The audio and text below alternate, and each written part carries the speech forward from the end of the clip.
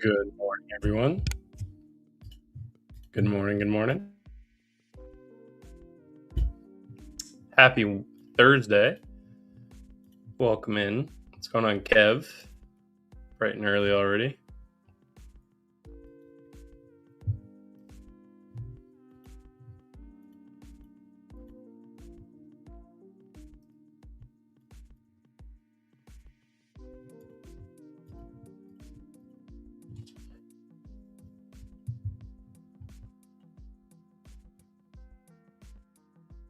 Let's get the schedule out here.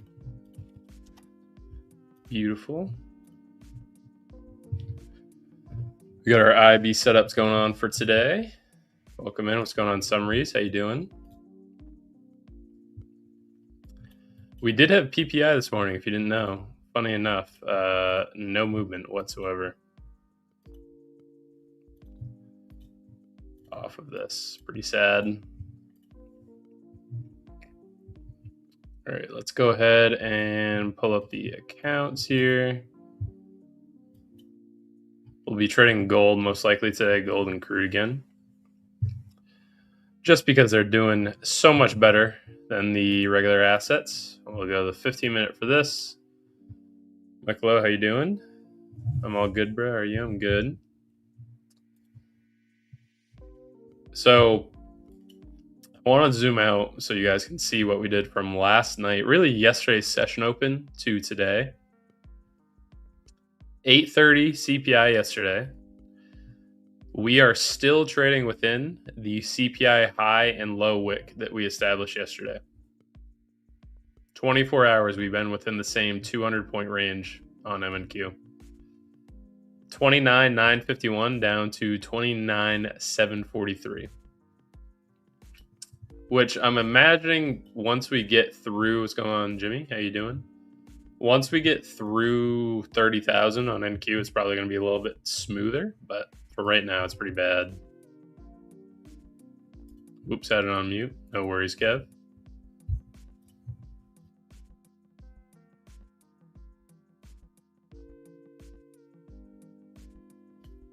What's going on, Zit? How you doing? It's been bad. It's been very, very bad. Now, what I am going to trade today is I'm going to go over to MGC. This one actually had a lot of movement overnight. We went up to the data wick high. We closed under on the 15-minute time frame. It was about 160 points worth of movement last night. We went from 445 up to 4510. So 60 points and then back down 80 and then back up 40. So actually 160 points. Pretty nice. Right in the dot. What's going on, Mark? How you doing? Ola Depop. Ola Dapo. What's going on? Hopeful that gold continues. Now, I should have mentioned this for anyone that was in those gold longs yesterday, or gold shorts rather. No, it was longs, gold longs. For gold, the IB by rejection data on a Wednesday wasn't really all that good for the low forming first. Now, it wasn't not anticipating the upside break, but 63% versus 36, it wasn't terribly likely for it to go and take the high. Gold ended up just chopping down to the low yesterday. And then we took the Newswick high after hours.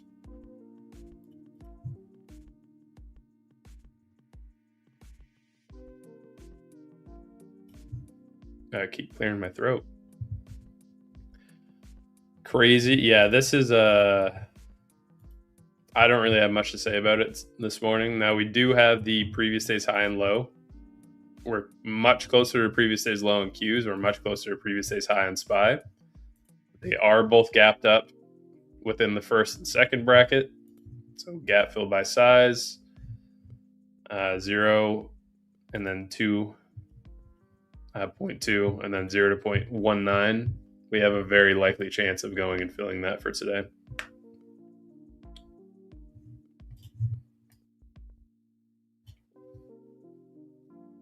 Can you go over the IB times for your use of GC and see how you need to diversify? It's still 9:30 to 10:30. What's going on, Evelina? Good morning. Mark, good morning. Eden, good morning. GoBot, good morning. Summit, how you doing? Summy. So it's the same time frame. It's the gold's pit open, precious metals pit open is 820. So technically there is an IB from 820 to 920. I just traded the 930 to 1030 IB. That one's worked the best for me. What's going on, Margin Maestro? How you doing? For everything else, though, SPY, Qs, everything's New York based. 930 to 1030 is what I use for the IB. And in the bottom left, you guys can see on edgeful in the bottom left, clicking MGC or MNQ, session time frame I have set to New York, 9:30 a.m. to 4 p.m. EST. So that is the New York initial balance. Doesn't really matter what time frame we have for a pit open. Doesn't matter if gold opens at 8:20 and crude opens at 9. It's still looking at the data from 9:30 to 10:30. For CL from yesterday, this is our data for Wednesday. It's actually up to 90% now. So we had the high form first. We ended up taking the low. We have had one loss on this in the past 6 months when the highs formed first. 9 wins. And then when the lows formed first, we've had 16 outcomes, 14 wins, 2 losses. So very good data for Wednesdays. Now, if we go to Thursday, today, preferably we don't see the high form first. If the low forms first, it's 11 for 11 right now. The high forming first isn't really all that significant. So I'll probably stay away from crude for today. And then gold on a Thursday. Gold actually isn't that good either. So hopefully MNQ and MES have some pretty damn good setups today. You have not have guessed that. Yeah, same time frame.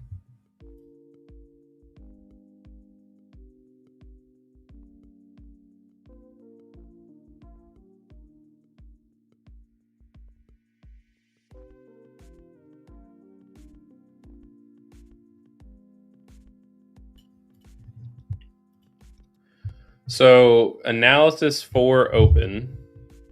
I don't really want to trade gold or crude today because of this data. 53 and 58 for gold for New York on a Thursday. This isn't really all that good. Crude, same exact thing. 57. If the low forms first on crude, I'll take it. So if we go over to MCL and we have the low form first, great. I'll take that position. Yesterday, this was the trade that I had. Now, it's a little difficult to see on the 15-minute time frame for anyone that was on stream yesterday. That was electric. That was an awesome trade. Gotta zoom out here. So this was our IB from yesterday. I entered at about 10:27. So I was in it for 3 minutes on the dot. We broke the IB low immediately at 10:30, and then it kind of just pittered off for the rest of the day. It did have a double break as well. It was with news, but I did end up catching up on some news. For this opening session, I'm going to be looking for, preferably, SPY to take previous day's high at 774.90, and then QQQ. If we mark out previous day's high and low, we are smack dab in the middle of previous day's high and low. We don't have the Monday, Tuesday high to take. Our opening week range has already been taken. We should not be going down to 715. So there's no bearish bias for me today. We shouldn't really continue down because the opening week range does not like to double break. And that's at 715.08. For SPY, with where we are in terms of previous day's high and low, previous day's high, 774.90, previous day's low 771.25. We were in a $3 range yesterday. It's crazy. So we should go up and take previous day's high almost immediately into the open, and then QQQ preferably follows up and takes previous day's high as well. That's what I'd like to see for today, and that's about the only guidance I have, because I'm going to go over to MNQ again. This is the 5-minute time frame from CPI yesterday. We have been within the same 200-point range not only for the entire New York session yesterday, but also for the entire overnight session, Globex, Asia, Midnight Open, London. And now we had PPI this morning. PPI did absolutely nothing. We had a 9-point move off of PPI this morning, which is almost as significant of a report as CPI is. It's ridiculous.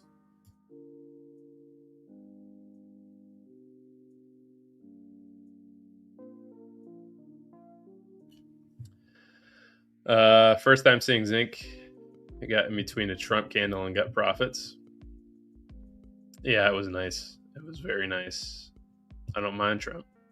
He's not a bad guy. For statistics, how long do you look back and why? Some books say 5 years, but the regime and market behavior is totally different. I'm going to make this very clear. Do not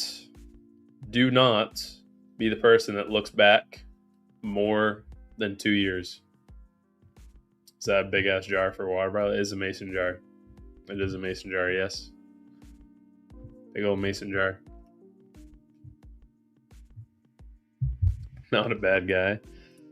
So, the reason you don't want to be looking back more than 2 years for market data, and the reason we do not care about market data longer than 2 years ago. Who was the president 2 years ago? This time 2 years ago, we had Biden as a president. We had Powell as Fed president. We had 6 different Fed presidents for their branches. Completely different House, completely different Congress. Completely different administration. The same thing for 20 years ago, or 5 years ago, or 8 years ago. The market changes its trend on a 3-month basis.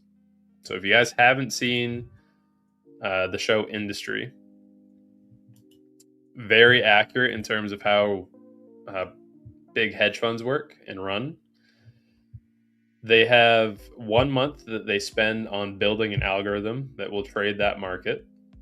And that algorithm runs for 2 months. So in total, 3 months is how long they run an algorithm for. Now I know that is a TV show, but is acclaimed to be the most accurate trading TV show there is, from critics, from real life traders. We just mentioned one of their names, Steve Kazenbach. The guy has like 50 monitors in his room.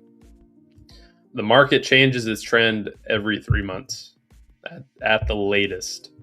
Sometimes it's weeks, sometimes it's 2 weeks, sometimes it's a couple days, like what we had last week. Last Monday and Tuesday, we had a crazy uptrend. Crazy uptrend. That trend is no longer valid. It's not here.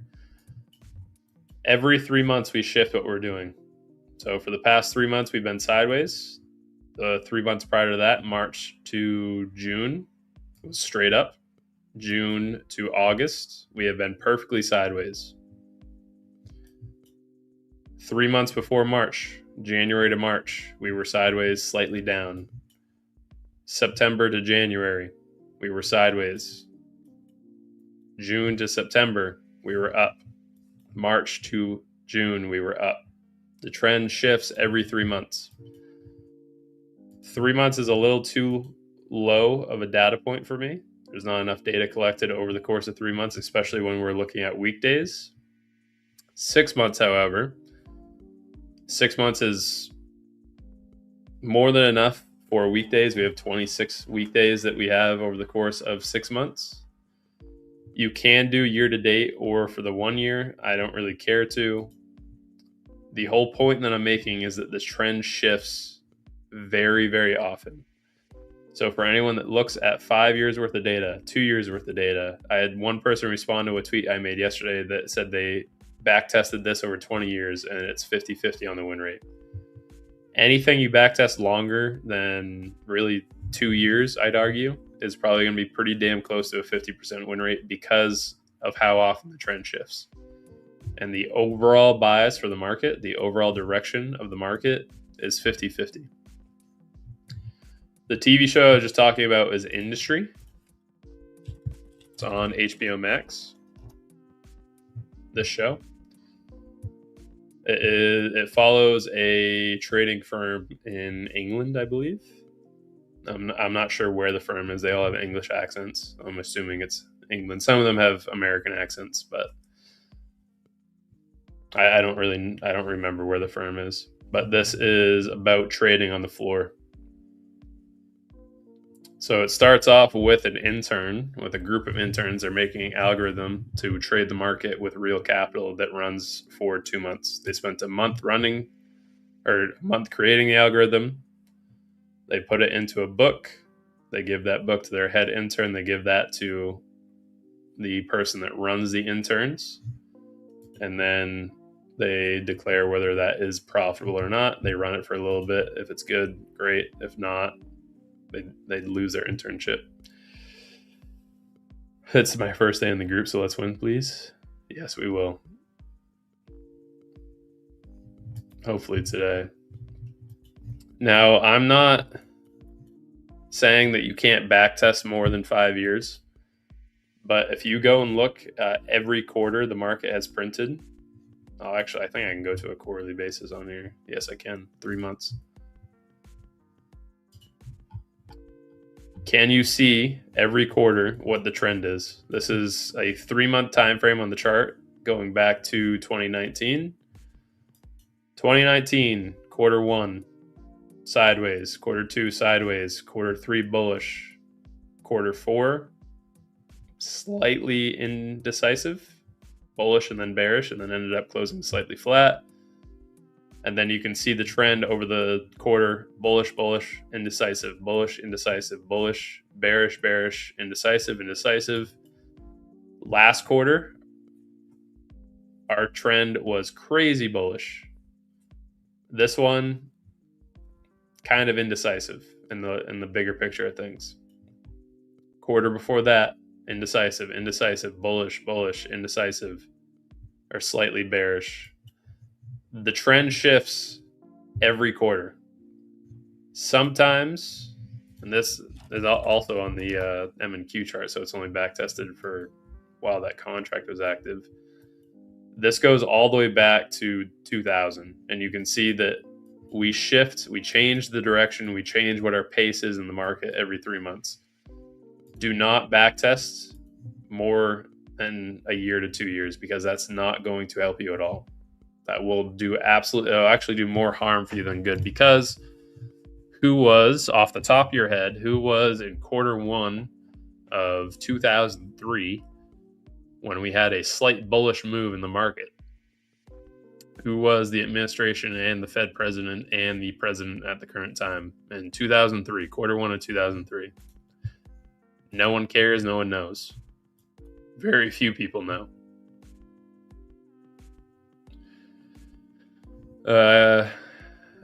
If you had to optimize an algo, you look at data for 6 months. Unfortunately, with the algos, you have to do at least a year, because they do need more data points. But if I didn't have to, I wouldn't do more than a year. On 150 days, 126 times, NQ and ES both broke previous session's high, which gives 84% chance to long to previous session high when market opens and ES breaks previous day's high. Yeah, we did.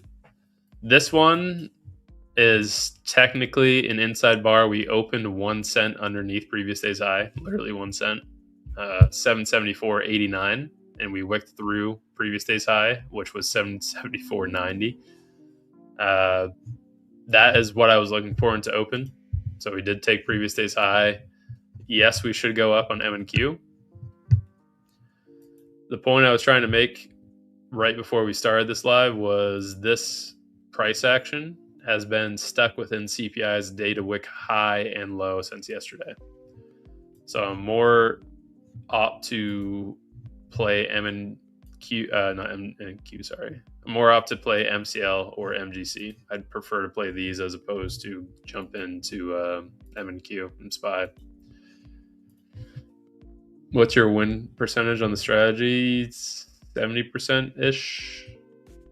60%? I don't really track it. Just the profit factor. Profit factor is 2.13 right now, is what I've been sitting at for. It's been like down to 1.9, up to 2.3. Average is 2.13. So for every dollar I lose, I make $2.13 on average over the past year or so, which is pretty good.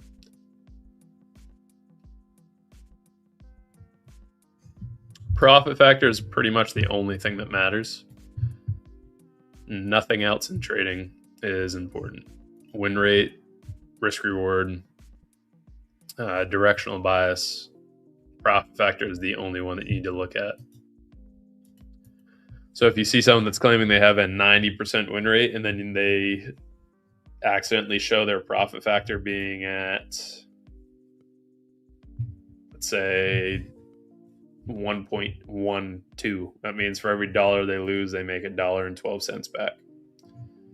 Profit factor is the most important metric in trading. Pretty much the only one that you need to look at.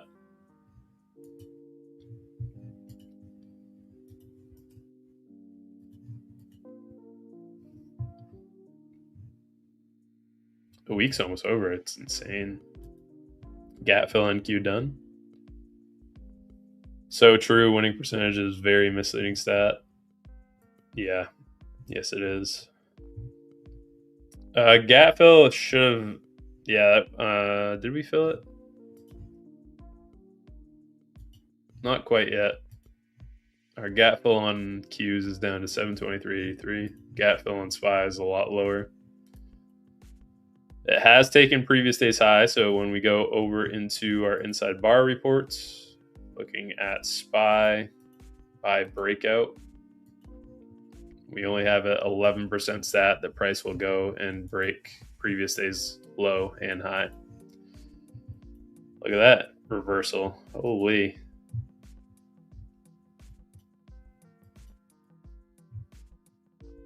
Chart's already freezing. That's good. This is for a 5-minute opening range. We're only sitting at 30 points right now.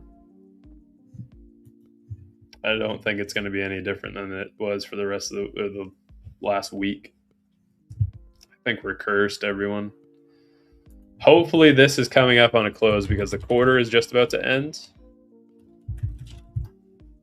And based on that point I was making at the beginning of the stream, with the quarter coming to an end and the trend hopefully coming to an end, September should start off to a pretty bullish note. If not, then everything that I just said made no sense, and we're going to have chop for the rest of our lives in the market. Preferably not. I would like to not have it that way, please, Mr. Market.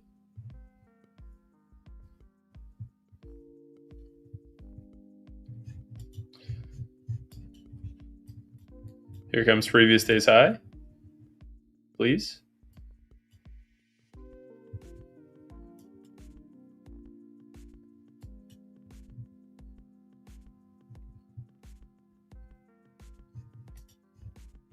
Five-minute orb just formed. We immediately broke it to the upside. We should be going towards previous day's high here.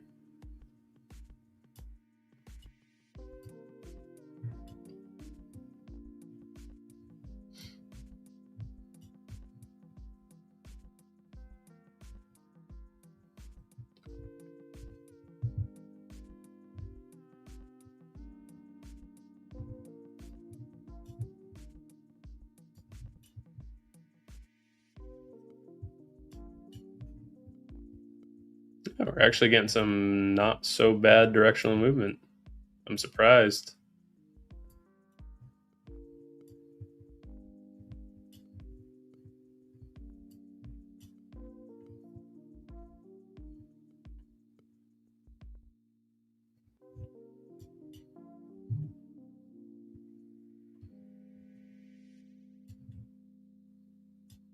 Very surprised.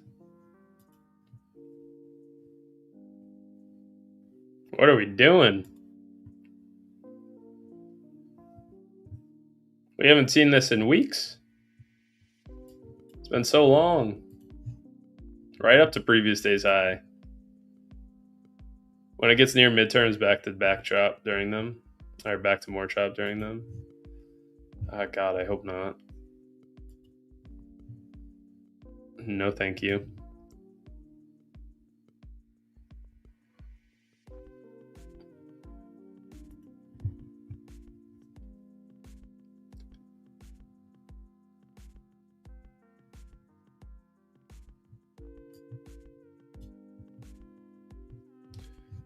Oh, previous day's high just got smacked.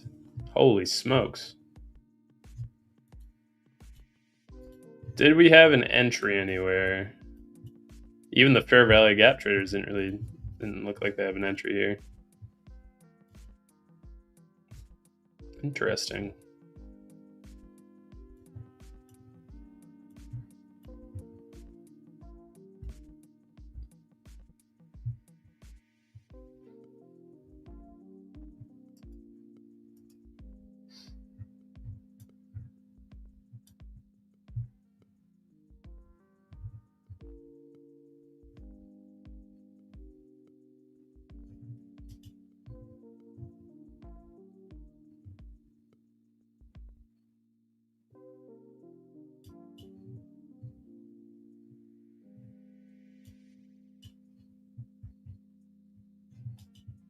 This is the most directional move we've had in weeks.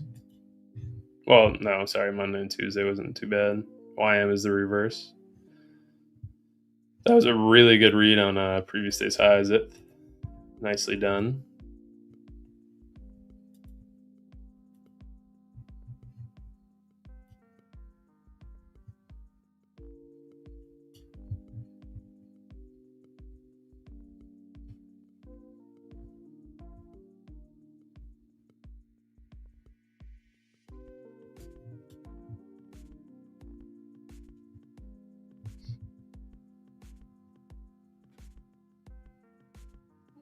Hopefully it cools off a little bit and then we can get that 15-minute orb break.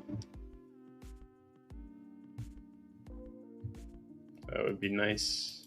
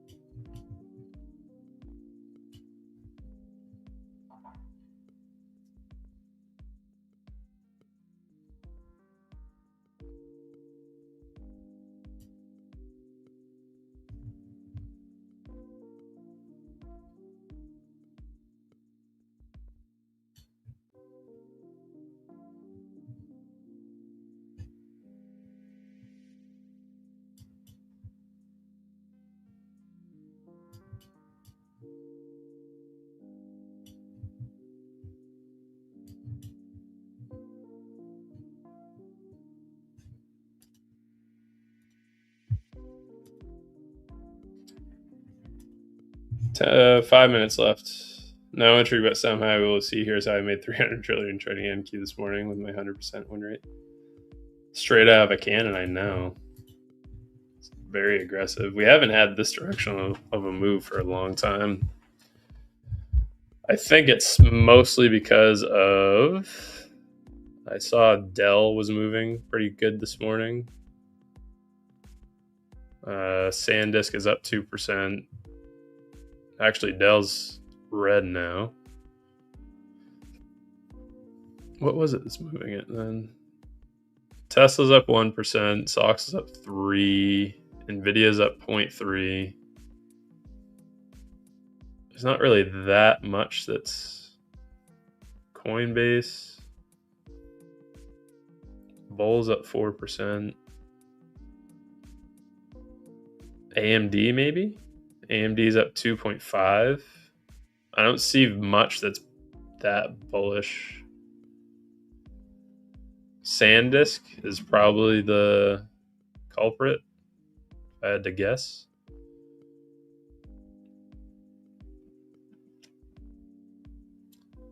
I don't know. There's not that much in the market right now that's overwhelmingly bullish. Interesting. Like Apple's only up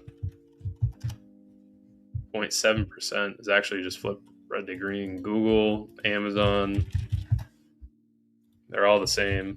So I don't know what's pushing us up that much. They're all up 0.5% collectively. Very odd. Very odd. I mean, everything is green, but Q's is up 0.5%. Then you have all the individuals that are kind of chilling at 0.5%. It's not that crazy of a bullish move.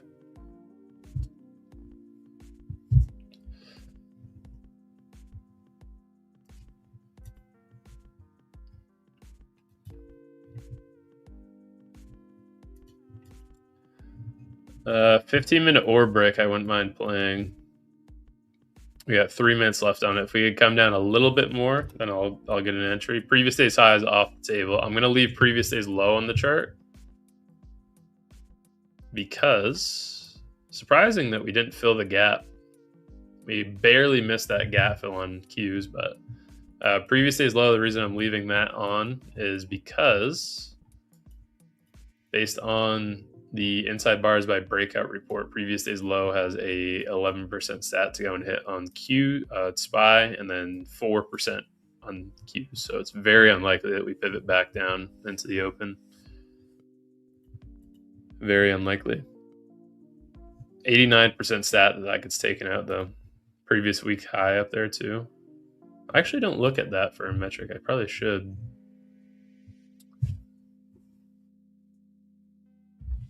M and Q fill the gap.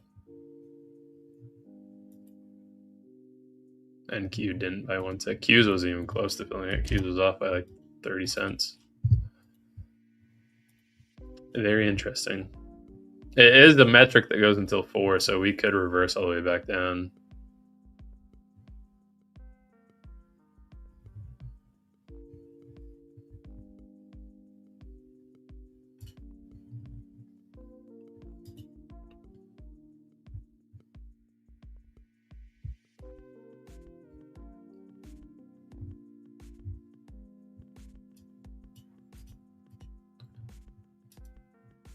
It's James' birthday today. James Bruce's birthday today, so he won't be on stream. His parents flew out to surprise him.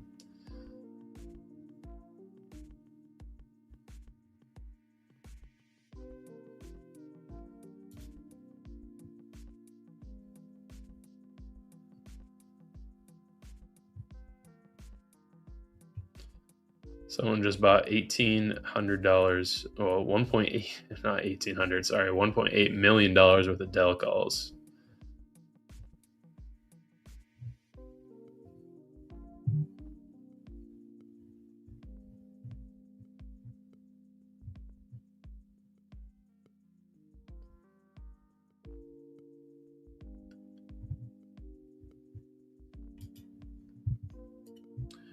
Good pullback. We could go long to target that orb high as 20 points away. It's already going to hit as I start talking about it. We just closed the 50-minute orb. It's immediately going to get taken. MCL has the low forming first, which is what I wanted to see. So I can go and take the trade on this today as long as it stays where it is at the moment.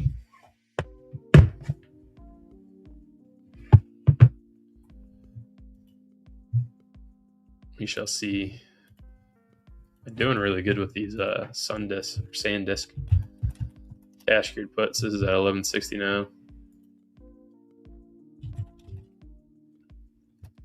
That's leading the way. Kind of just want to buy the shares outright too. 15-minute orb taken. Anyone played that? Congratulations. That was a nice 50-point trade. Happened a little too fast. 1 minute exactly. Hit 25% of the 15-minute orb. This thing is shooting out of. This is all the consolidation we've been waiting for. I did easy cash. Thanks, Chicken Man. Awesome.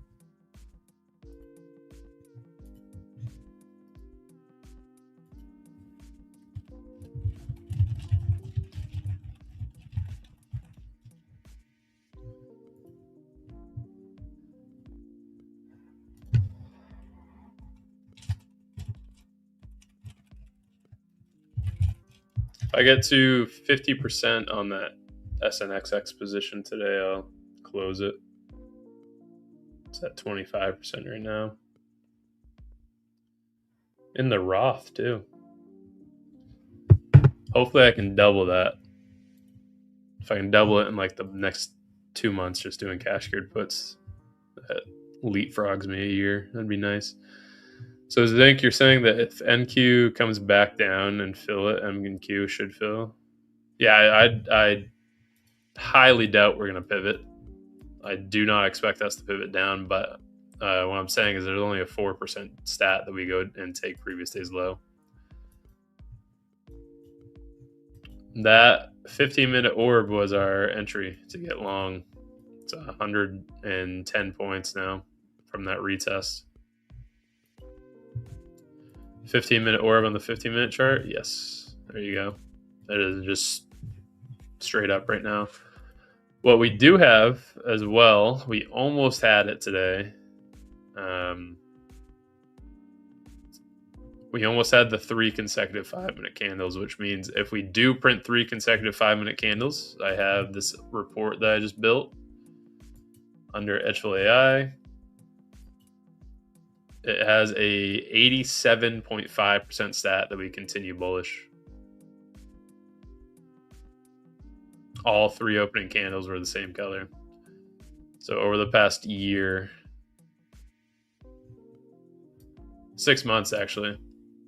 It's pretty good data for that. Only looking at 6 months. Finally, this is a week's worth of consolidation getting broken. And we should be on a run for all time. This is hallelujah. We're out of this, hopefully. Hopefully I don't speak too soon. What company is the easiest to get started with a small account with? Probably, honestly, Webull. You can open a Tradeovate account, but it's a leap and a half to get them open. It takes a long time to get the firm actually open. Webull's a pretty good choice, and it's on your phone as well.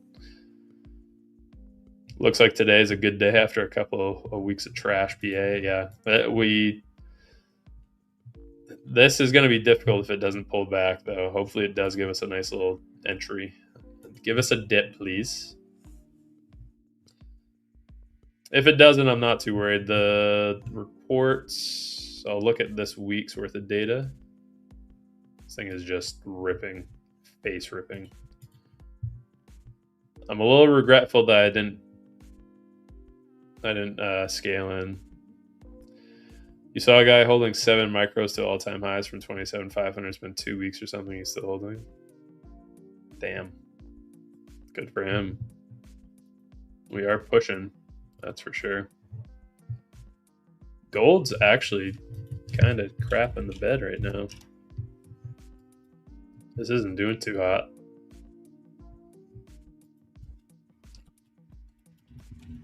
Somewhat validates our move up. Slow down? Yeah, no kidding. It's funny because all week we've been asking for it to move, and now it starts moving and we don't end up getting in. 15-minute orb, I should have chased it in right here. I'm a little sad that I didn't. It hit right off the 25%. If it had gone a little bit lower, I would have been able to. But the next candle immediately broke it and formed a new high, and now I'm just stuck here. We've been asking for this movement. We're getting the movement, and now we want it to cool down. If Zinc says slowing down, I will long immediately, 100% win rate. Please. Pull back.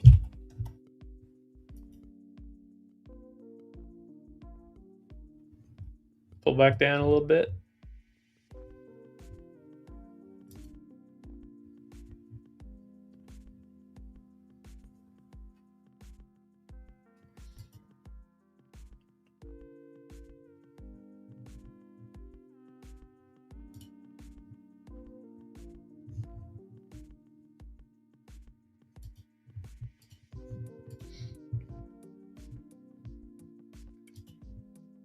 Just a little pullback.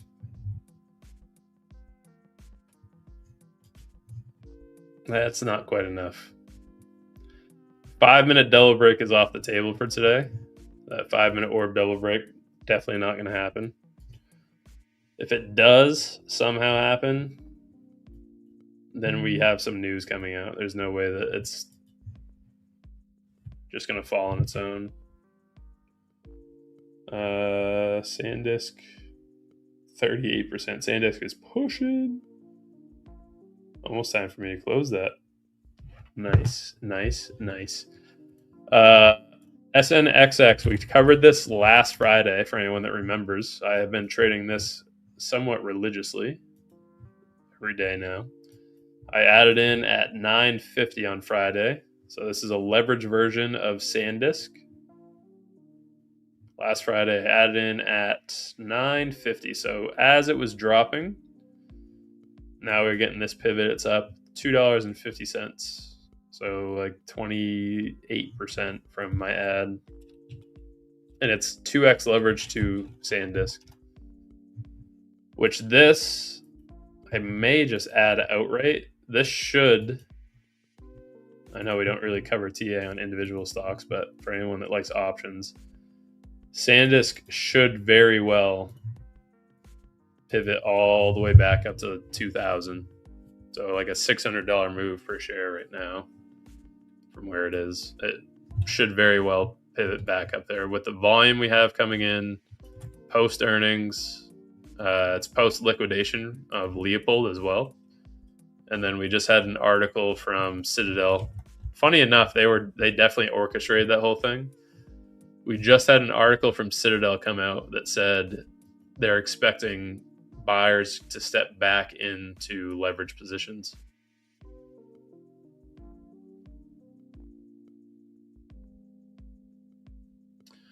This entry on the 15, sorry, I missed that, Sebastian. This entry on the 15-minute orb is going to be for the 10K challenge. It would have been, yeah. Had I gotten a buy into it, it would have been.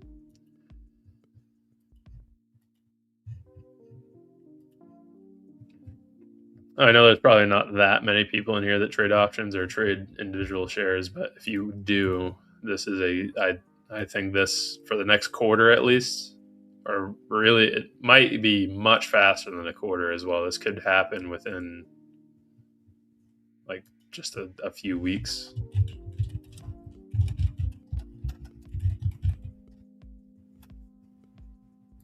I kind of want to buy the leverage or calls too. 2,000.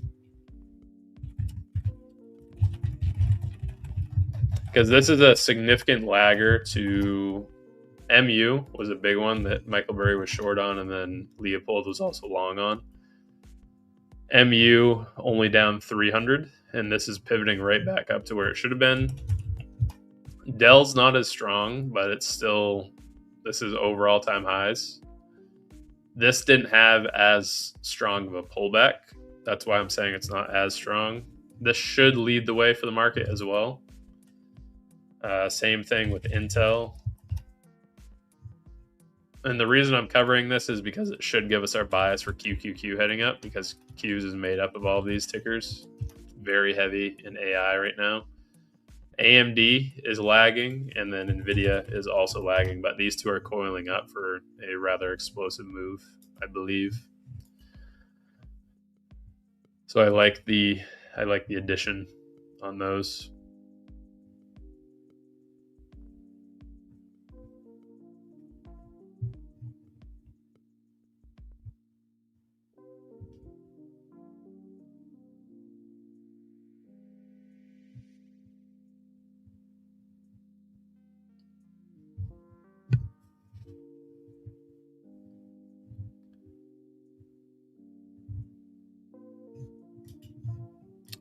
pullback, please. Just a little bit. I am going to still monitor gold. We might not have to today. The reason I've been trading gold and crude is because the market hasn't been moving for the past couple of weeks. But now that we're actually getting some movement, if we can get a pullback, that is. If this can come back down and give us an entry, great. This is our largest range we've had for 2 weeks of price action now. This is clocking in at, let's see. So our low for today, 29,861, and our high, nice 300 point range, 300 on the dot. So we can go in with 1 micro on this. Also next week, no, sorry, the week after next, 10 days from now, they will be launching nanos in the market. So for anyone that doesn't want to size up too much, 25K accounts should be fine again. I know it's been rather difficult to trade the 25K accounts because the market's been moving a little too much. 25K accounts will be viable again in 10 days. What report can I use in M&Q today to see what percentage would be for a double break if we had a run like this? Go to the initial balance breakout, customize, or standard, sub report by weekday. And then Thursday, we have a 20% stat for a double break. Not very likely. That with it finally being directional, we're good. SanDisk put credit spread, 36 days till expiration. I'm locked in. Nice, Robert. I'm 40% on that. Just broke 12. Nice. If I can get that back at 62, I'll actually put a buy order in right now. If I can go and hit 60 today, I'll close them out.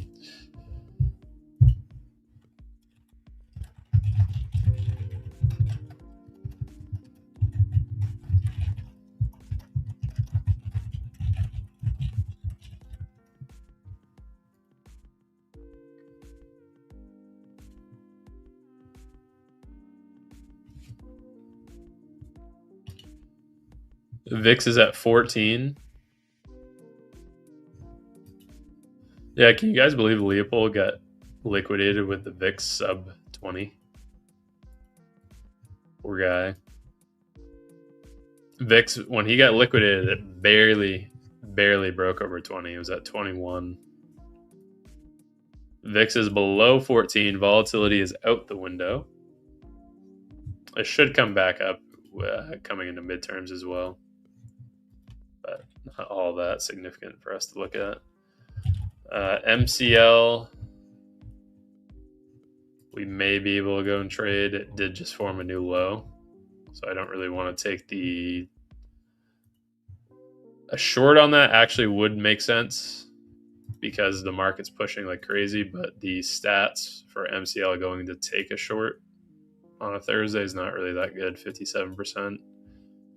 So that is with 14 outcomes, 5 losses, 8 wins. It's not terrible, but it's also not that good. Any thoughts on Midnight IB? Stats look good. I haven't traded it. I'm sound asleep. But you can try it. What's the nano ticker going to be? Probably NNQ, if I had to guess. Because minis are just NQ, micros are MNQ, micro NQ, nanos should be N, and then NQ. That's what I'm guessing it's going to be.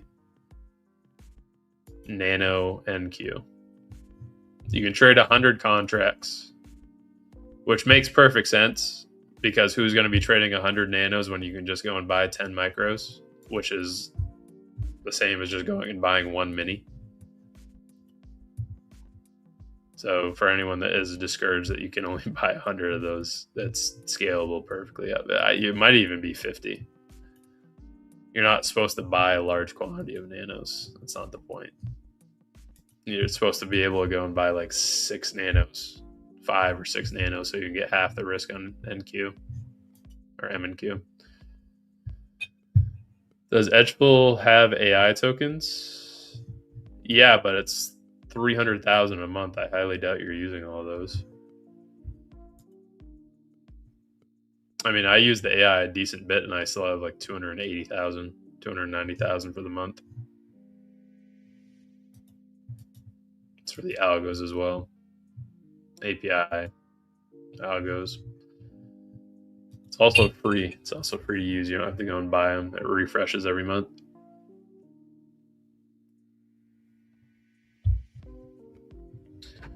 The breakout buy rejection report is when we get over the IB high or low and then come back down into it. So for today's example, if we break out, the buy retracement is telling us how often we retrace back into the IB while it's still forming. That is the report that I asked for and finally got built. Shout out to Andre. So buy rejection retracement, if we go to this for a Thursday, this is saying that on Thursdays, of the past 4 Thursdays, only one of them has retraced to 25% of the IB, meaning that they've been very directional.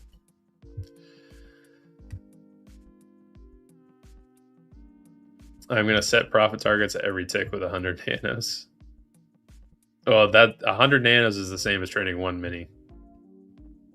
So if you set a profit target at every tick, it's going to be $10 you make. $5 actually, 4 ticks and a point. And 1 point on a mini is $20. So you'll be making $5 with 100 nanos. And then the fees on 100 nanos, you'll be paying probably $20 in fees. It's going to be 25 cents for the fees on nanos, which is pretty good.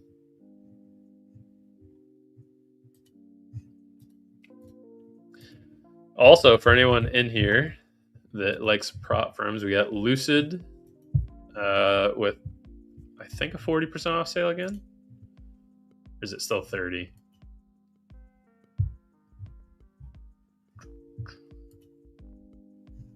%, sorry.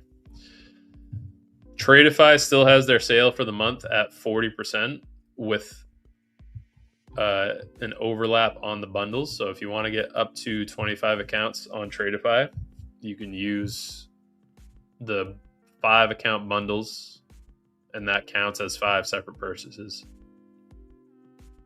Minus fees, keeping the Westway on. Have you noticed if we cross the 75, we have a good chance of hitting the 1? Notice that in my back testing. Yes, that's why I have been putting the stop loss. For M&Q and MES, I've been putting the stop loss at the IB75. For MCL and gold, though, I have not, because these like to wick quite a bit back and forth. Gold shorts and MCL shorts should be on the table for today because the market is dropping, or the market's ripping so much. MCL inverses what the market does.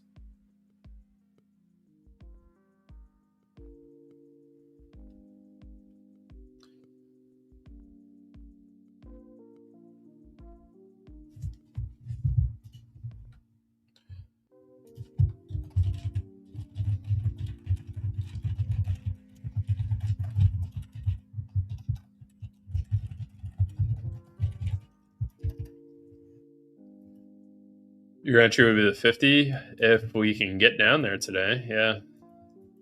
I can go right back up.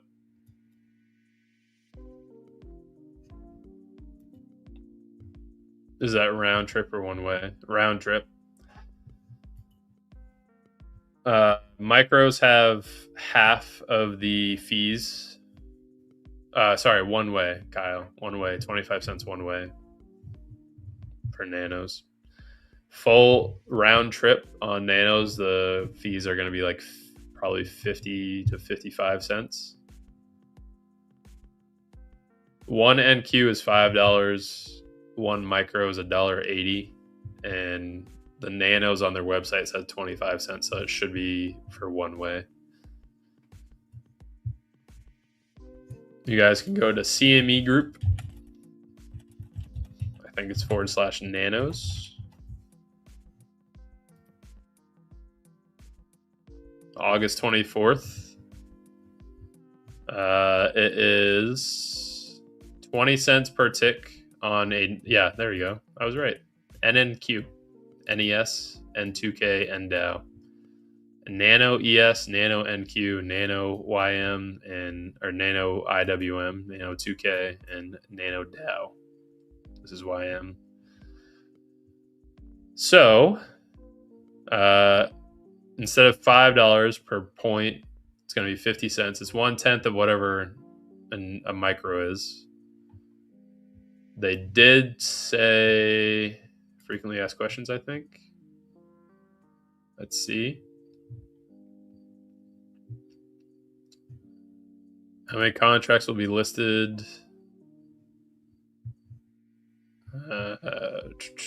Same as everything else.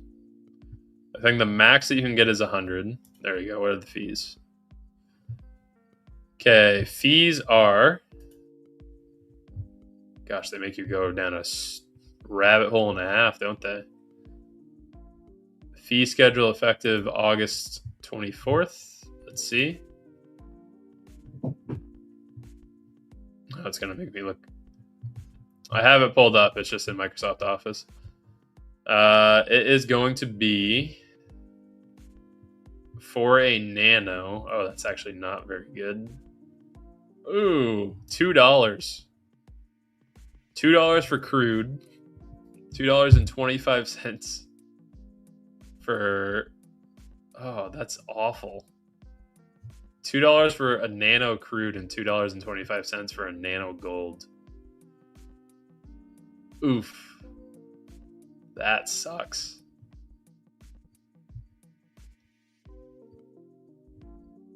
Yikes. Well, good luck to anyone that's going to try to trade nanos on crude or gold. It pulled up the entire CME equity product fee schedule. So it's got everything on here. Alternative investments, contracts, interest rates, other fees. And there's 1,000,001 discounts you get. If you trade between 100,000 and 135,000 contracts, your fee will be 23 cents. If you trade 0 to 8,500 contracts, which is what most retail is, your fees have no discount on them, and you'll be trading $2 and then $2.25 for a nano crude contract. Yikes. That's pretty bad. That's actually really bad.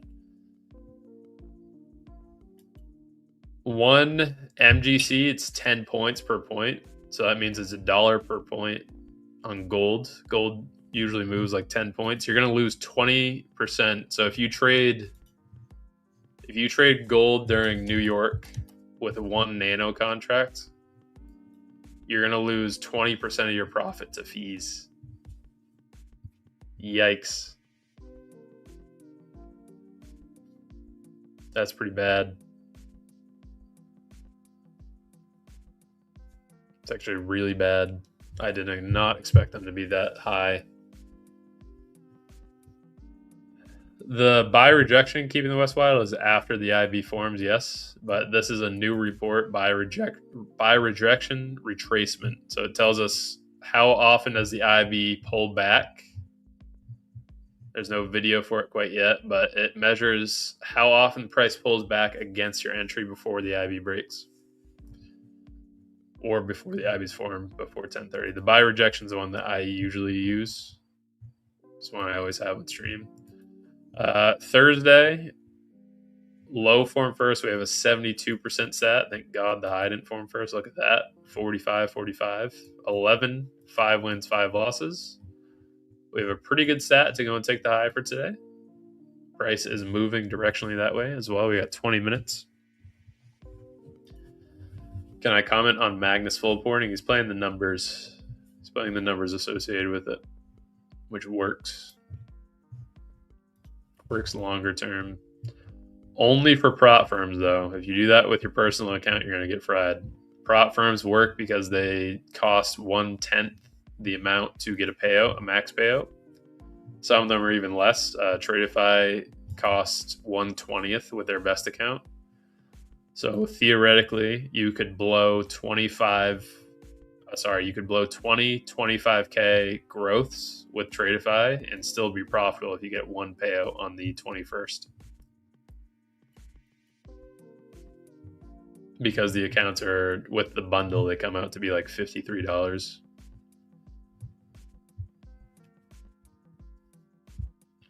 This is legit only for swing trading. The Nanos raid.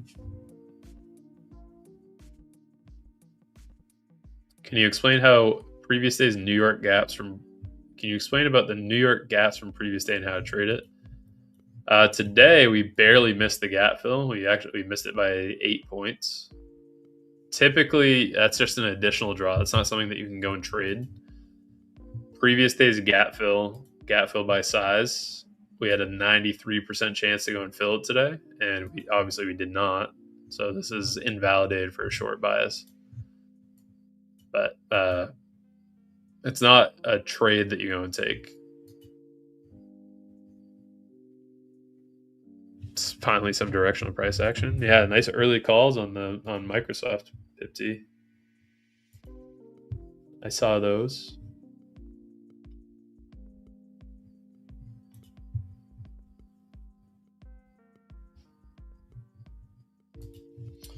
Probably gonna take a short on crude today. If we can get a pullback, this is a very nice range, a $1.20 range. So we only need to go in with 3 micros this time, not 7. We just need a pullback, please. It might be a little greedy for me to ask for one, but it's what we need.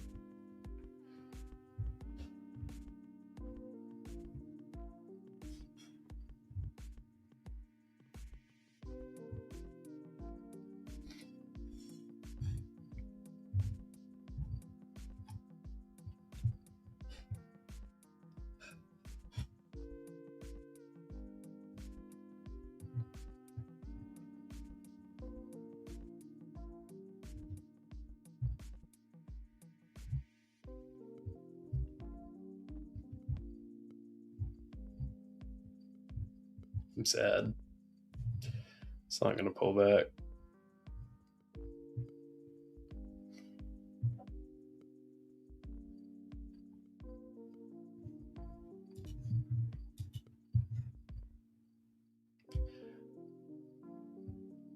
Hopefully the IB gives an entry. Yeah, no kidding. Did the math on Blue Guardian. Their pricing is not sustainable for the prop. Probably they'll blow up soon. They'll make retroactive changes, I'm sure. They are about 12% cheaper than Tradeify, so I'm going to take advantage of it while they're there, and they do pay out, which is good. Have you been looking at Power Hour IB? Andre made a vid last week about a new IB window. You can trade I know someone that there's. I put money behind this. There's someone in this chat that trades the IB during every time frame there is. I guarantee it. Sorry, I glanced over that question earlier. The 10K challenge. I'm trading these 5x 50K Tradeify Lightning funded live only. I'm at 50,738. So these are the trades that you guys have been. These are the accounts I've been trading this week. Only trading these live. If I trade during Asia or Globex, I trade these live. Any other trades that I take are on other prop firms, but these ones, whole point was for people to follow along. I also wanted to slow down a little bit because I was sizing up a little too much.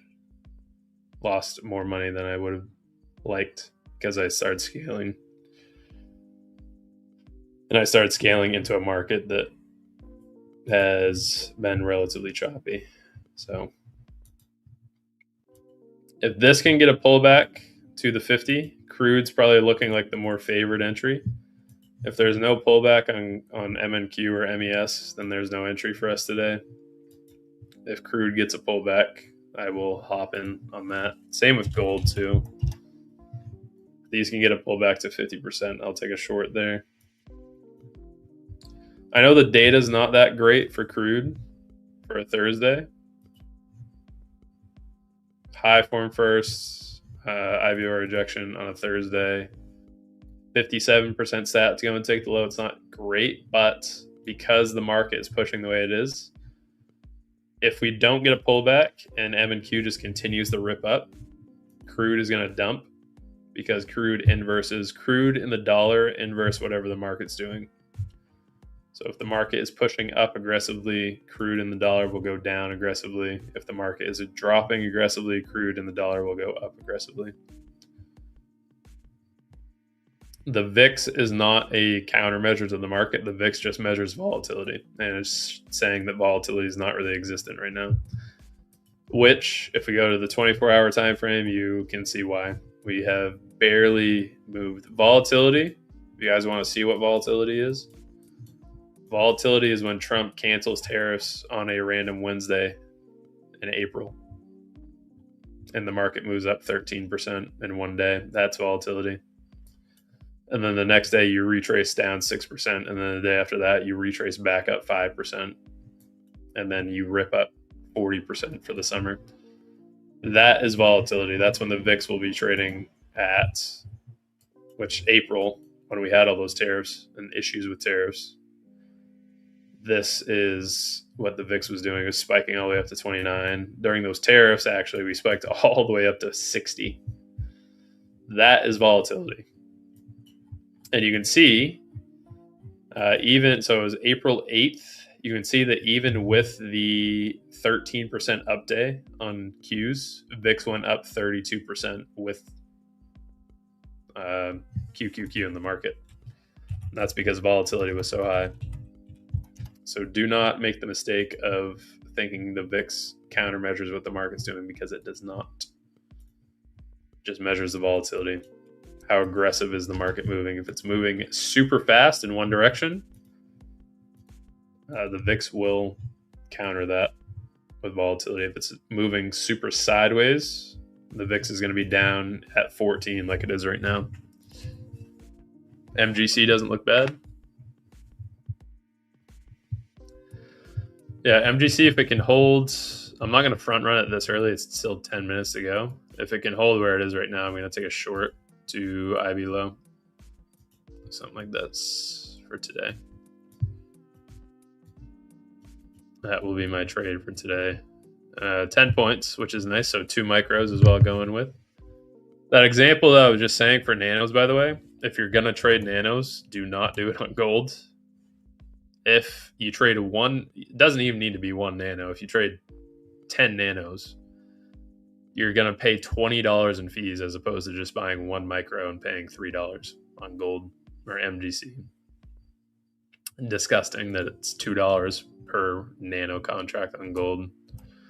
So you're going to lose 20% every 10 points just because of the fee. It's gross.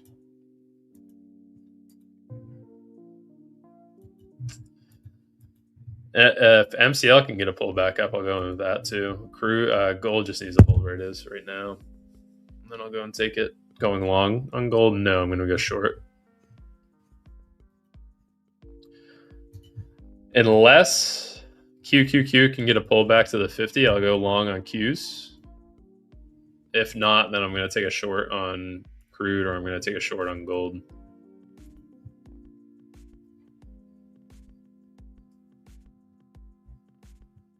What about IB by rejection stats for MYM? Let's see. IB by rejection, MYM.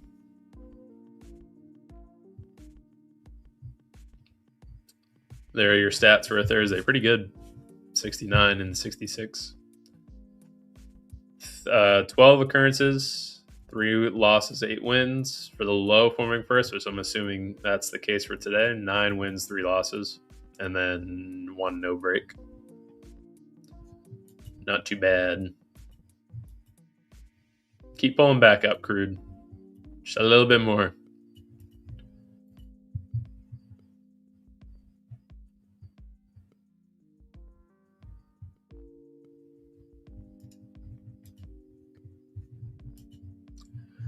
little bit more.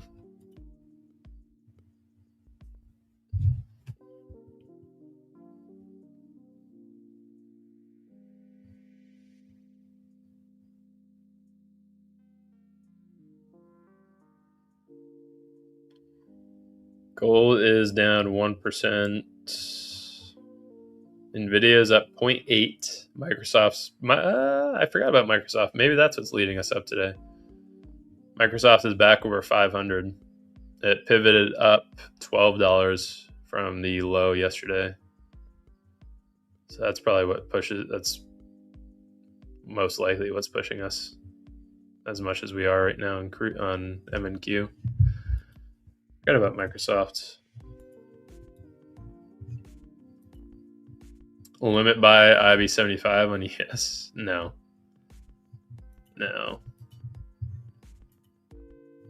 Just wait for the closure on that. I almost took calls this morning on Microsoft. Google pushing as well.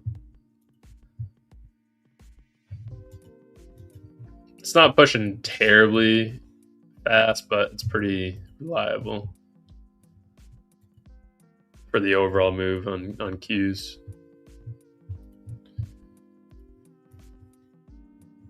Let's get ready to take an IB trade, shall we?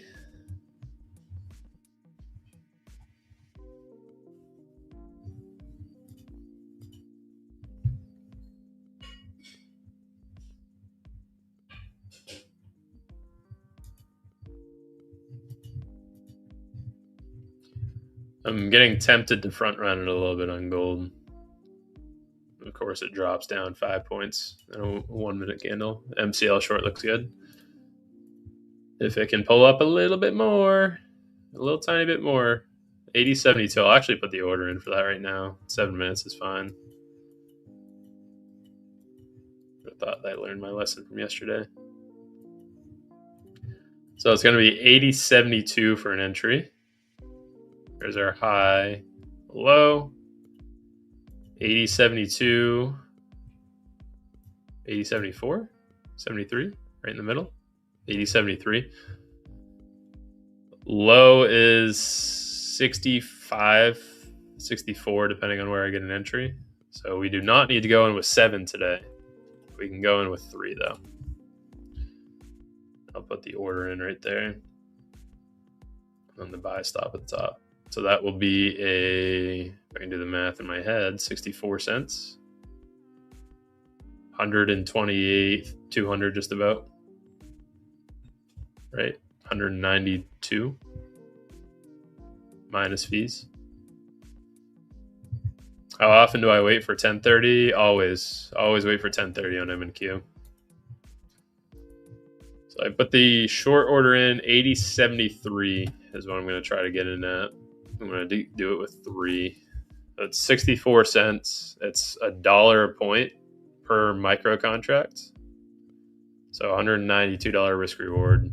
Could go in with 4, but that might be a little too much. 254. 3 micros is fine.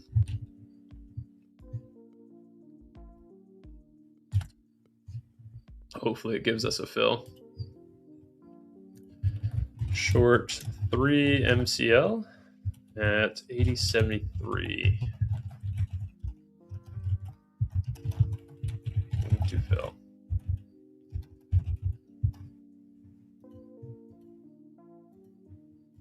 $0.08 away. 5 minutes, 8 cents. 7 cents. Come on. 6, 4. Don't reject yet. Don't do it. Give me the wick up to fill first, please. I'd rather take it on crude than gold. Gold's a little wicky. Come on, come on. Don't reject yet. Don't reject yet. 5, 6, 10. No.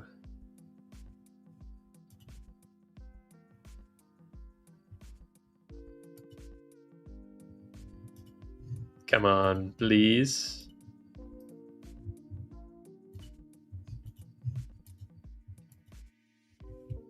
Don't do it to me. It missed it by 3 cents.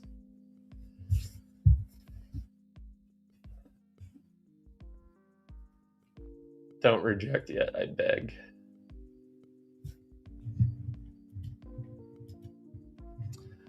Could take it on gold as well. Gold, if you guys do want to trade this as opposed to crude, gold would be, actually I already have it drawn in. Nice.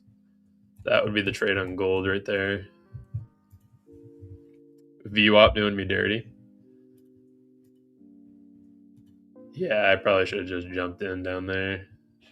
It'll come back up. Right? Sure. Surely it will.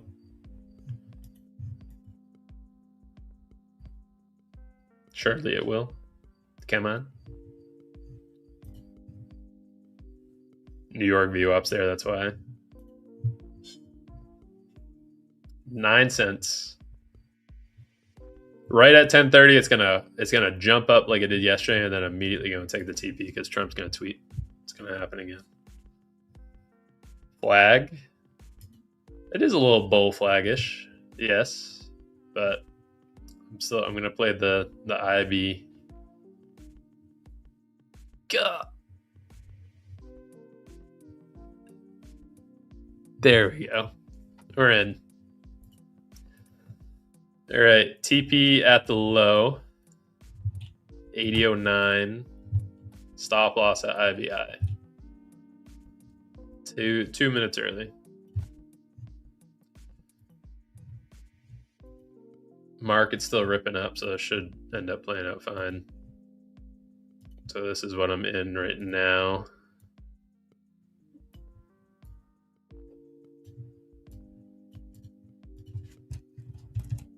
There we go.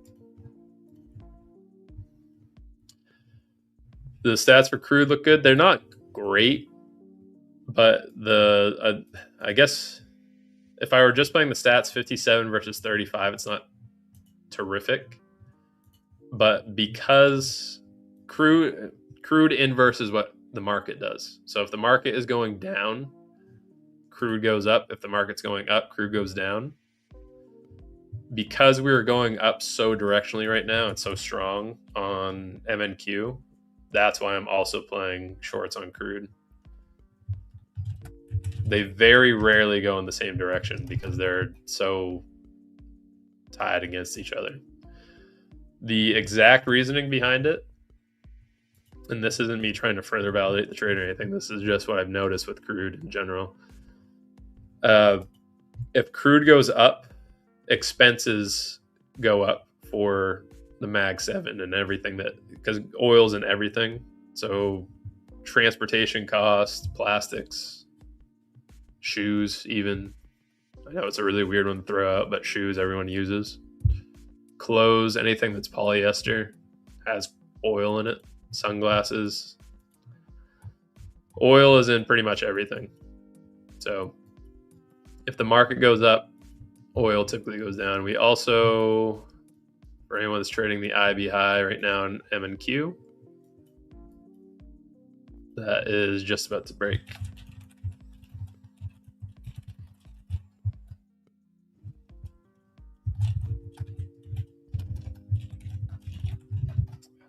$192 risk. 1-to-1 on this trade for crude. 192 risk reward. Currently down at 24. Too bad I didn't get the entry on gold, huh? Damn it. I almost pulled the trigger at 10:21. I thought that was a little too early. This looks like it's probably news-based. Again. IB high just got taken on MNQ as well. And then crude is slightly over the midpoint. I haven't been using the midpoint closures. Let's see if this hits it at all. All weekdays closed over the midpoint. Slightly favors it to go to the high. It's pretty close to 50-50 if it closes over the midpoint, but I'm basing it off the fact that the market is ripping right now. We'll give it a try. When is MCL open? Technically opens at 9 o'clock. MCL opens at 9 EST. Pit open on gold is at 9:20. The reason that I don't trade that IB is because you have New York open that follow. You have 10 minutes essentially to break your 9:20 to 10:20 IB on gold. So if I look at, try and find the 8:20 candle right there. So we had our low form. Actually, we had the high and then the low. Is very close actually. This was the high of this candle 4459, the high of this candle 4459. So low and then high technically for the 820 to 920. That is your gold pit open time frame. And then the reason this one gets invalidated so often is because you have New York that opens immediately after that IB set. You have 10 minutes for this to go and break. And if it doesn't break, then you're trading it into another IB, and it doesn't really make sense to do that. Sitting down $30 right now in crude. If it wants to pivot up and take me out, that's fine. Stop losses at IB high, TP at IB low. Not too worried. Gold dumped. That's if you got the entry at 1022 though. No entry on that, unfortunately. It did also go and take a bunch of those levels to the downside immediately, like all the extension levels it was supposed to take. Why don't I put the stop loss at the 75? Crude and gold typically inverse each other with the 75-25 flips. Not inverse each other, but crude and gold like to wick to the 75 a lot more often than they, like yesterday, a perfect example as well. Even though it was news, we went all the way to the 75 and then came back down. So if I put the stop loss at the 75, it's not really it's more volatile is what I'm getting at. So it's not too likely that it doesn't pull back up. What about a double break on gold today? Let's see. Gold's 22% regularly for the weekday, Thursday, 16%. Pretty unlikely. Oh, it should pull back down, go lower. MNQ broke the IB high. That means MES should also have broken the IB high. Yes, it did. So now we just have crude. That's the only one that's still intact. And this very rarely goes in the same direction as what Qs and SPY does. So we should be okay. As long as SPY wants to continue pushing like this. I also don't check stats unless you or GST post it. So I only risk what my stomach can handle losing.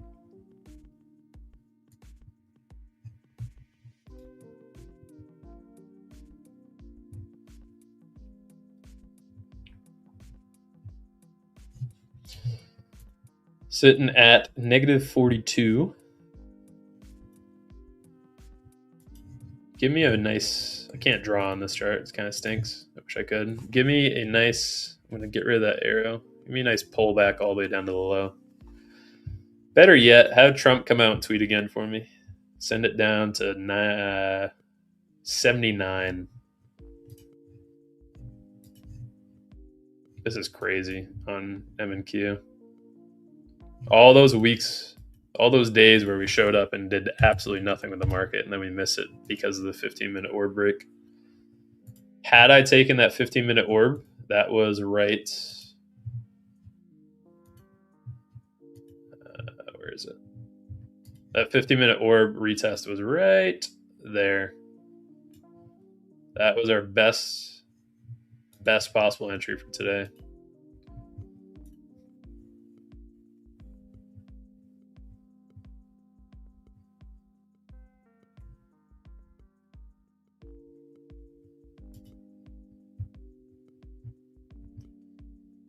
Just waiting on some chop.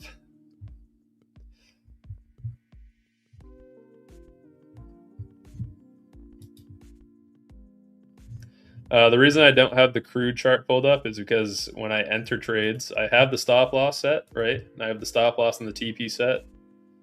If I watch it and I'm watching it go up and down, red to green, I'm more likely going to alter the trade prior or before I should. So I like to open it and then switch tabs or just not watch it, go do something else.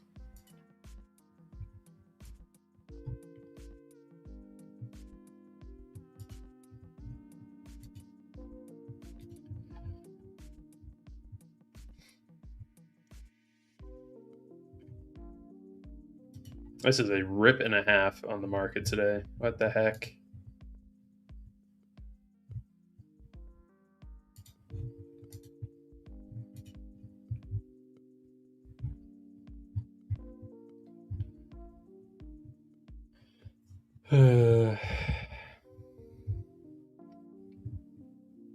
Just waiting. Oh, don't get over 81. Don't do that. Don't do that. That takes discipline. What, switching the chart? It'll be my, if I do lose on this one, it'll be the first, I think, first loss of the week. Well, Sunday I did take a loss on M&Q, that's right. Sunday Globex I took a loss. So this would be the second loss of the week.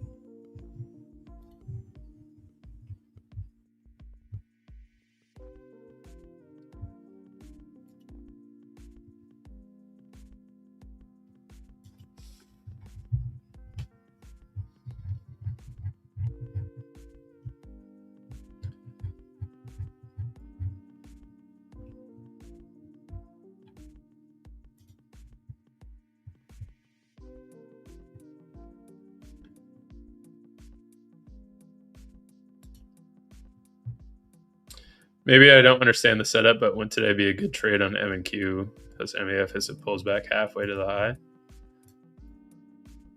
What's the key word in that statement, Luke?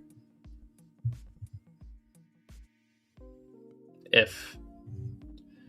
It would have been had we pulled back, yeah. If we pulled back to the 50, I would have jumped in, absolutely, but we did not. Keyword there was if. If we pull back, then yes, we get a phenomenal entry, go long on M&Q, but we did not pull back at all.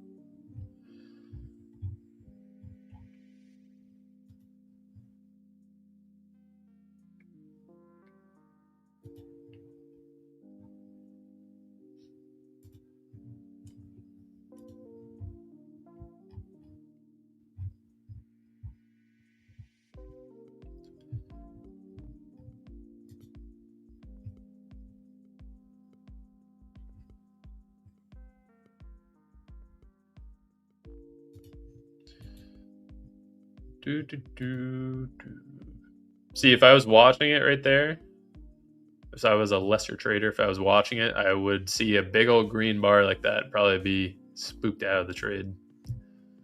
But TP set, stop loss set, we just have to wait. 3 minutes, 100 points. Yeah, your ideal entry today, you're pretty much the only one you could have gotten.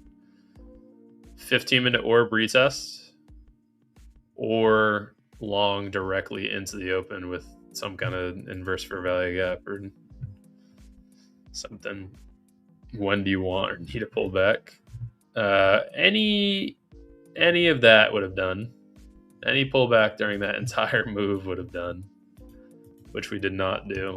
It is slowing down a little bit, which is nice. So maybe it'll come back. We'll get an IV retracement, but not really anything we can do about that.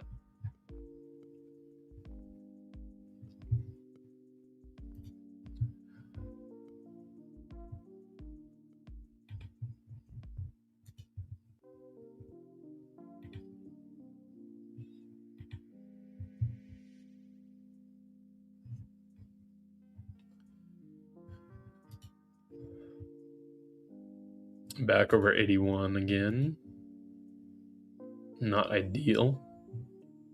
It's quite the reversal off the low, I will add. We'll see. I thought you wanted the hour to pass and pull back halfway. I do. Yeah, that's exactly what I want, but we didn't. It's the whole point that I'm trying to make.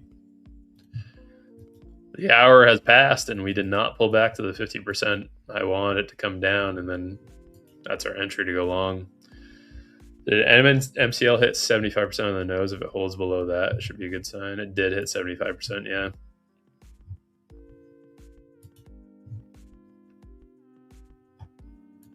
Yes, it did.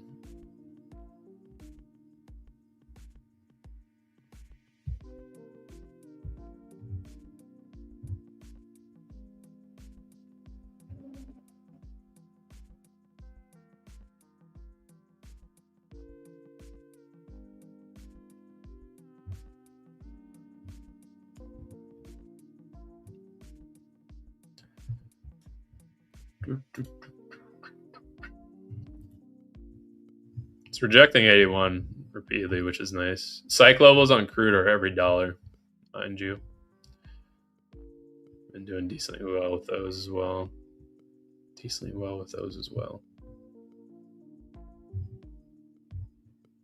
What was it that I said yesterday that made no sense? Touched.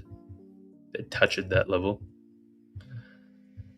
Trend day long pullback to New York VWAP or overnight VWAP to get in trades today, in my opinion. Did we ever hit New York VWAP?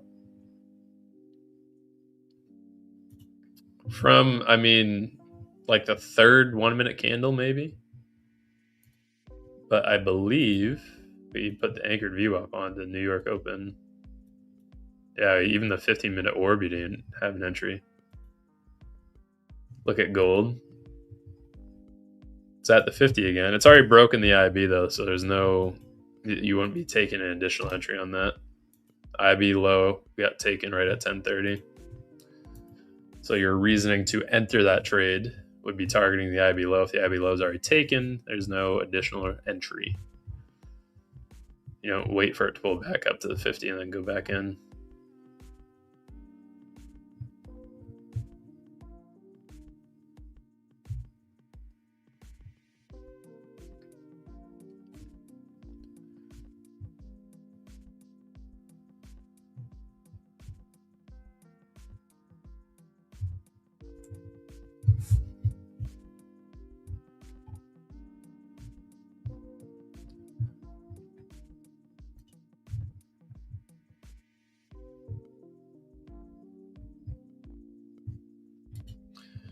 Just waiting. Gold IB timing 8:20 to 9:20 or 9:30 to 10:30. Based on the data, it's 9:30 to 10:30. I have all of my, so if you're using the stock itself, QQQ, Tesla, NVDA, SPY, Bull, Gold, HIMS, those are all automatically set to 9:30 to 10:30. If you're using MGC, you can see in the time frame in the bottom left, I have it set from 9:30 to 10:30. MGC for a Thursday, when the high or lows form first. Those are your stats. I would have taken a short on MGC had it pulled back a little bit. I could have gotten in very early at 10:22, but then you're front running it 10 minutes before the IB sets, and it could, like, this looks like a news candle. It could have just as easily pivoted back up prior to getting your entry. Starting to pull back now on M&Q, which isn't ideal for crude, because that could pop it up a little bit, but I'm still gonna leave it until it either hits the stop loss or TP. We'll see. That would have been my luck. I think that was the first trade I followed you on this week, the M&Q one.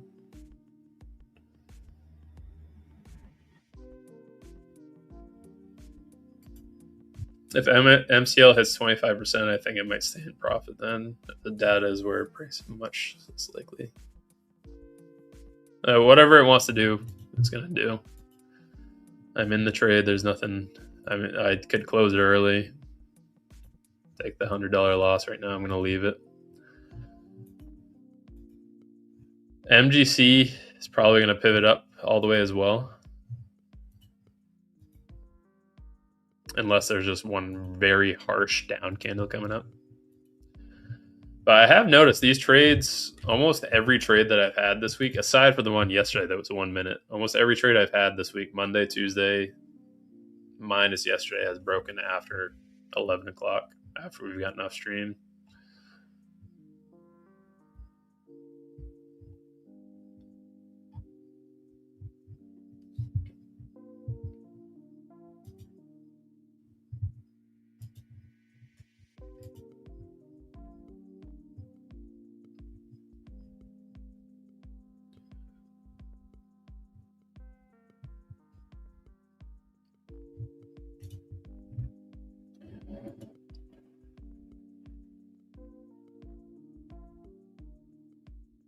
What prop firms would I pick?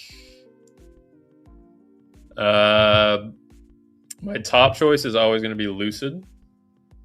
I like Lucid, Tradeify. Lucid, Tradeify, my funded futures and top one are pretty close right now, in my eyes anyway. My funded futures does have instant payout, so they're pretty good in that aspect, but they don't have as wide of a selection. Also, there's gold ripping all the way up to the high. Market's pulling back a little bit. Double break today on gold for everyone. I forgot who asked that in chat, but it looks like we are going to get that double break. So Lucid, Tradeify, top one, my funded futures. I have been trying Blue Guardian. I'll let you guys know if I get a payout from them. And then Funded Next as well. Funded Next has been actually really good. If you guys want to pick up any of those firms, I do have my affiliate code for them, code Zinc. Lucid, Tradeify, my funded futures, top one, Blue Guardian, and my funded futures.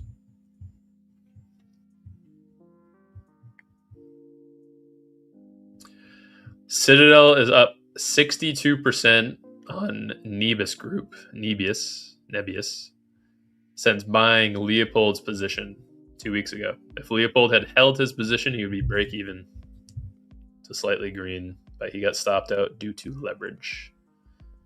Poor guy.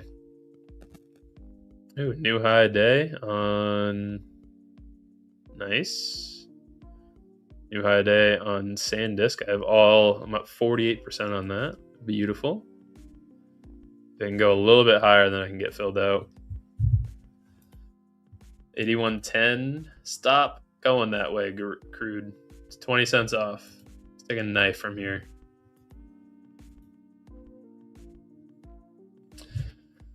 Luckily, I made 400 the account before I took this trade. Yeah, it's not looking great. Not looking too good at the moment. It's overall pretty choppy, but I'm leaving it until the stop loss hit or the TP hits. Needs to drop $1 though, because I don't want the stop loss to hit. ES extensions they're valid until New York close. So if you're trading the IB by levels, we're gonna go and look at MES IB by levels for a breakout day on a Thursday. We have a 100% stat. So let's go and pull up SPY. SPY did break the IB high. This says 8 out of 8 Thursdays that have had a breakout. It has gone 2.2, which is pretty damn good. Crude, you're killing me. Stop it. I'm going to blame SPY for this pullback. That's why crude's going up. That's why I'm getting ran over right now. 20 cents. If I added another 3, I would increase the risk by 60. But typically when I add into losing positions, they just end up losing more. So I'm just going to leave it as is. I wouldn't mind adding an M&Q or SPY long, because these are pretty good stats for the extensions back up. QQQ for a breakout day on a Thursday, 9 times it's gone to 0.2, which is pretty good. So this should go up to 30,312. You're long on crude. You're inversing me. Good luck to you. May the best trader win. Had I added there, I probably could have gotten break even though. Pretty close. It's always SPY. SPY is always the blame. We got 8 minutes left. I'm tempted to go and take. Do I want to take a long? Do I want to take a long on not crude? Do I want to take a long on the retracement? Maybe. So how often does Qs for a breakout day on a Thursday? How often does it retrace back into the IB? 50% of the time, it'll go back down to 30%, which is pretty much where SPY is right now. Let's see what SPY stats are. 37% of the time, it will retrace down to 20%.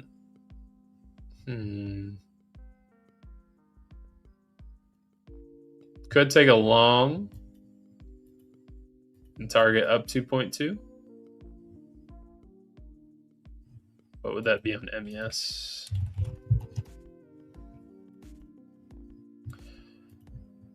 So if we went long right here, 26 points. Could put a 20-point stop on it down there. I might try that. I don't mind that. Should be right at New York VWAP right now too, right?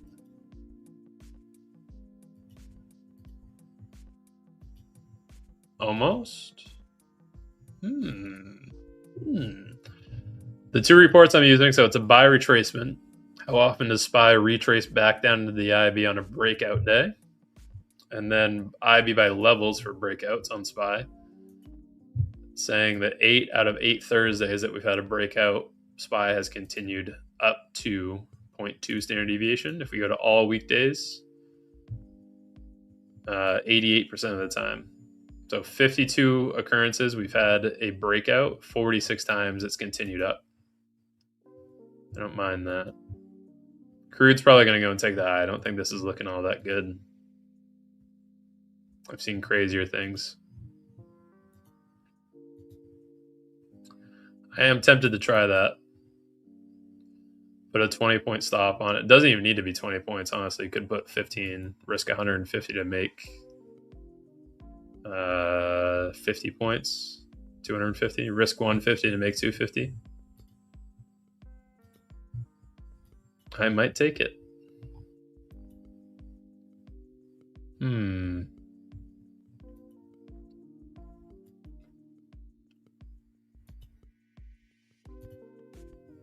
You know what? Sure. 10.55. It's after the IB's broken. Above New York VWAP. Stop loss would be just below the 50. Or I could put it at 20 points and risk 200. I'll give it a little bit more room. I'll do that. So 2, I'll put the stop at 801. Sell 10, and then I'll put the TP at 0.2 extension is 7847. 7847. 7847. There we go. I'll leave that running into the afternoon as well. See if we can get an extension on that. Long 2 MES to IB 20 extension. And then if these both lose, I'll be down 350 on the day. Extension. Leaving that until close.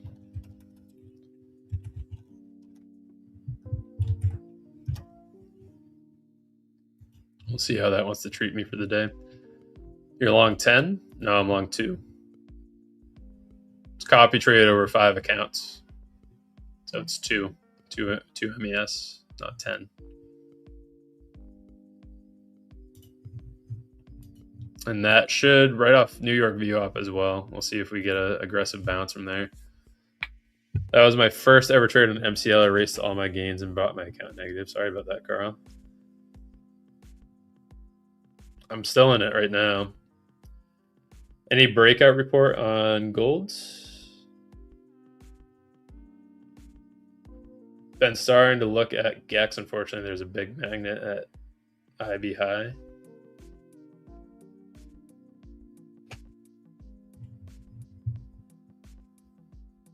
I would agree with that indeed. Gotta have better risk management then. If I lose on this crude trade, then it's 1/10 of my profits for the week. It's actually 1/10 of the account too. So I could lose 10 of those trades in a row before I lose the account, which shouldn't happen.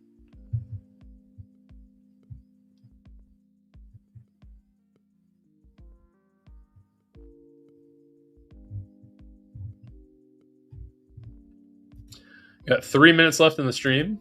Still in the crude trade. It's probably going to go and take the stop loss, which is what it is. A little unfortunate, but no win on this today, most likely. And then MES, I'm going to leave riding into the afternoon. This one is green at the moment. If this wins, though, this will offset the crude trade and it'll actually be up on the day. So let's hope for the best there. Currently down 138, 142 with fees. ATM's up to 5 accounts on Tradeovate, and unfortunately it's just one. Nathan, kind of sucks. That's why I can't have the orders automatically trade or automatically closed.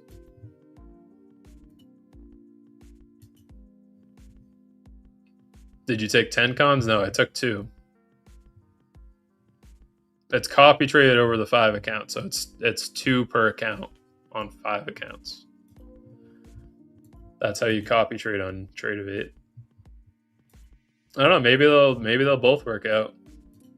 Maybe MCL will take a plunge from here. That would be nice. MNQ and MES not looking too bad. Give me a bounce all the way back up to those highs, and everything will be all hunky-dory. I highly doubt this is going to pivot down from here in crude. But we'll see. I've seen crazier things. Ideally, MES wins and goes to 0.2, which is 20 points away. So I make... If this TP hits, I'll make 270 on this trade, but I'll lose 190 on crude. So I'll actually end up being up 70 or 60 on the day. $80. Yep, 80. I'll close the position early, then I'll go to TP. I've had that happen about 4 times on crude. Happens more often on gold actually, but when I close the position early because it looks like it's about to go and hit my TP or stop loss. Sorry, it looks like it's about to go hit my stop loss. When I close it early, it usually pivots. It's happened several times to me. All right, guys, that will do it for today. This is the trade I have running on MES going into close. I'm going to leave this until... yeah, I'll leave it for a while. Crude is probably going to go and hit the stop loss. It's fine. Risk on this is 190. Here it comes, actually. Maybe we'll just barely miss it by a point and then go down. We'll see. Crude just hit. So stop loss hit there. 190 loss on crude, 195, and then fees included as well. And then I'm going to leave MES running into New York close. Little unfortunate on this one that we just had a melt up for the past 2 hours. Or hour, sorry, not 2 hours. $195 loss. It's okay. That was a disgusting melt, but it is what it is. This will save me if this goes in his TP. So it'll be good. All right, guys, that will do it for stream today. I'm going to leave this MES position running. I will see you guys later. Have a great rest of your day.